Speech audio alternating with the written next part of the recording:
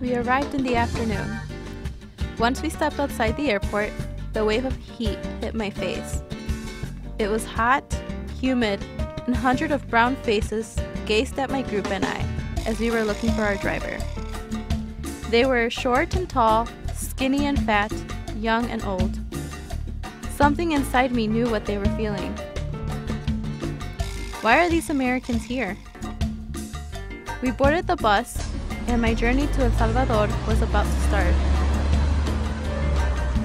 The smell of the country was far different than the United States.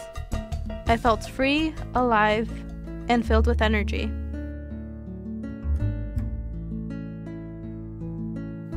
The week was filled with various emotions. I remember sweating, crying, laughing, and being overwhelmed. I am a privileged American. I can bring change back home, but how? Well, I need to let others be aware of the injustices and hardships the Salvadorian people are having. How can I live simple in a first world country? Will El Salvador ever be a safe place to live in?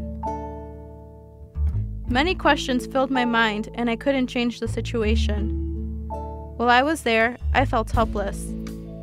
I knew I was coming back to my country, where everything is at my disposal. I saw lots of children laughing and playing, filled with innocence. If only they knew what awaited them in the future. The Salvadorian kids are the future. Their future needs to be filled with love and hope. I can only wish for a solution. One thing is for sure. I will never forget the moment I stepped outside the airport, seeing several anxious faces waiting to see their loved ones.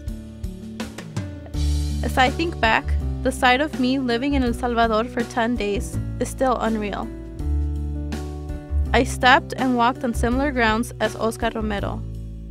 Chills went down my spine when I went to El Mozote, where hundreds upon hundreds of people were massacred many years ago.